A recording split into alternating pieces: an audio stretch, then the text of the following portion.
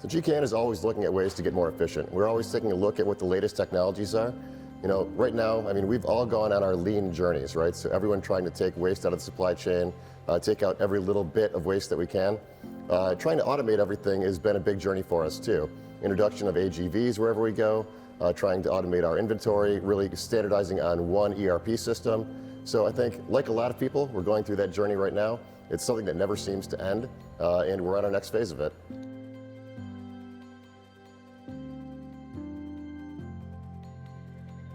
That's a great question. Everyone's talked about autonomous and everyone's talked about EVs for a very long time.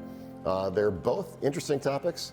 They really don't impact the area of the business that I'm in all that much, to be honest. So when you think about how your car goes, it doesn't really care in the driveline perspective who's driving it, whether a computer is, whether a robot is, or whether a person is. That can obviously change what you're looking for in a car. If the car is autonomous, you don't want it to be exciting to drive. If it's driven by you, you do want it to be exciting to drive, and we bring that excitement to the technologies. We can bring that excitement to your car. And really, when we look at electrification, that has been the big journey that we've all been on for the last, probably realistically, 10 years. I think we've all seen a pause in that right now. Everyone is trying to reassess where we are.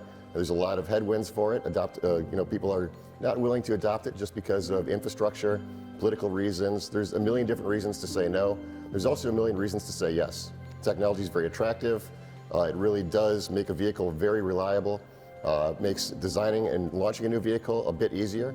It's really exciting, and to be honest, when you drive the cars, they really are quite engaging.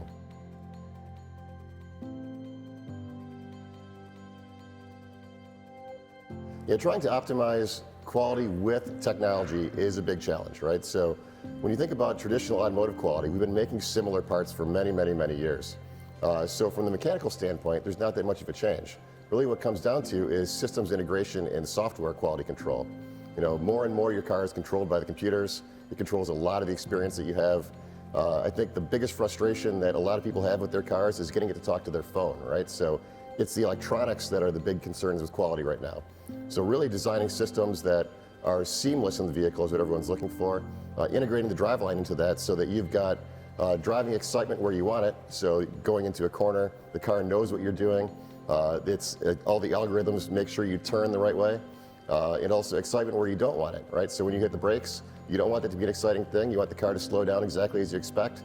So really integrating that experience, making sure that the customer is getting what they expect when they expect it. That is the quality experience people are looking for right now. And really integrating that software and the entire vehicle dynamics together is where we're focusing.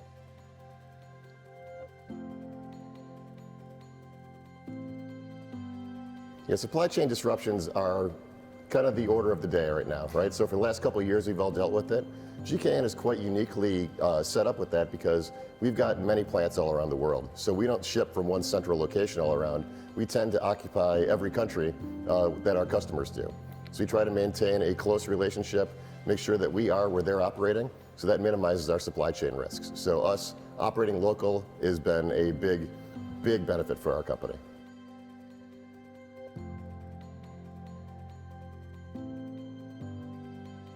So predictive analytics and advanced modeling and all of that stuff is something that's very, very interesting from the engineering perspective. So for us, in my area, we deal primarily with mechanical components. So understanding how they behave and what their length of service is in the vehicle is key. Right now, a drive shaft that we supply is generally set up to last for the entire life of the vehicle. We're starting to see a shift in what the OEMs are expecting, where we're seeing very, very long service lives. So something that was 150,000 miles, now we're seeing 500,000 miles, 1 million miles. So that comes down to shifting from something that's in the car for its life to something that you would replace at a service interval, say like you would expect for your brakes. So us using our advanced analytics, collecting data from the vehicle itself and our models can predict when you should change the part. So when you need to perform that maintenance, when you need to do it, our models can help us do that so we can get the right size product in there for the life of the vehicle. Rather than putting a giant one that can last for 1 million miles, you put the right size in and understand when it's used up and when you need to change it. So that's what we're looking at for the future.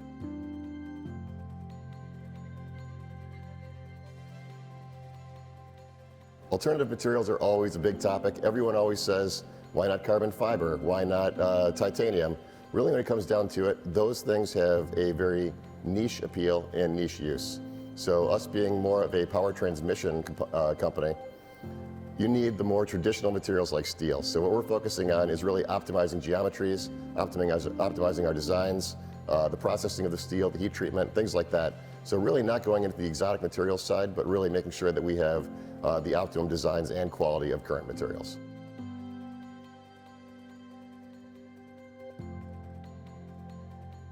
Sure. I mean, Generis does a great job of putting on these summits. I think this is the 9th year they've done the automotive one here in Detroit.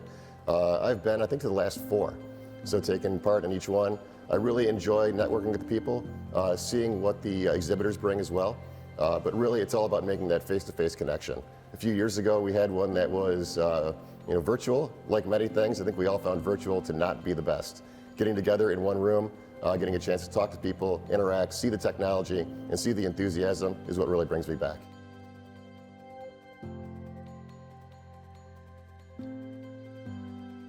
I always enjoy the general networking, first of all, so I'm a guy who likes to get out and talk and shake hands. But really, the lunch and learns, I think, are the best, because you can pick the topic that you want to zero in on, get with other like-minded people, and hear something that really interests you, and hopefully have a good conversation.